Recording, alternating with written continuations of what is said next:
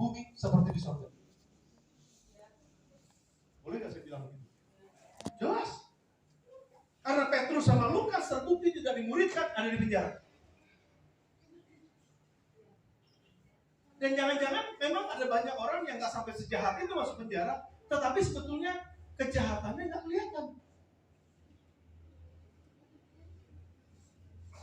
Mencuri perpuluhan kira-kira? Perpuluhan adalah haknya Tuhan, tapi nggak mau bayar perpuluhan. Itu namanya mencuri. Iya. Dan itu tidak hidup sebagai murid Kristus.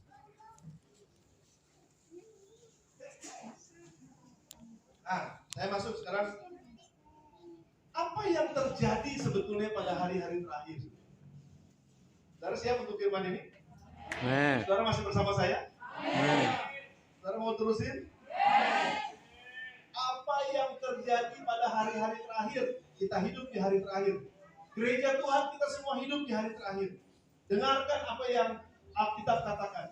Di hari terakhir, Yesaya 2 ayat yang kedua sampai dengan ayat yang ketiga. Oke, kita baca sama-sama. 1, 2, 3. Akan terjadi pada hari-hari yang terakhir, gunung tempat rumah Tuhan akan berdiri tegak di hulu gunung-gunung dan menjulang tinggi di atas bukit-bukit. Segala bangsa akan berduyun-duyun ke sana, dan banyak suku bangsa akan pergi serta berkata, mari kita naik ke gunung Tuhan, ke rumah Allah Yakub, supaya Dia mengajar kita tentang jalan-jalannya, dan supaya kita berjalan menempuhnya. Sebab dari Sion akan datang turun pengajaran dan firman Tuhan dari Yerusalem. Kita lihat pada hari-hari terakhir.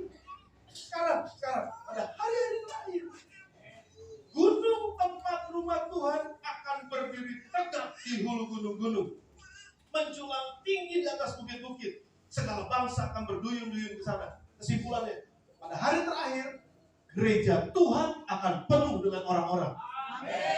Amin. Kan cepat sudah dalam nama gereja Tuhan akan dipenuhi. Ini dibuatkan untuk hari terakhir.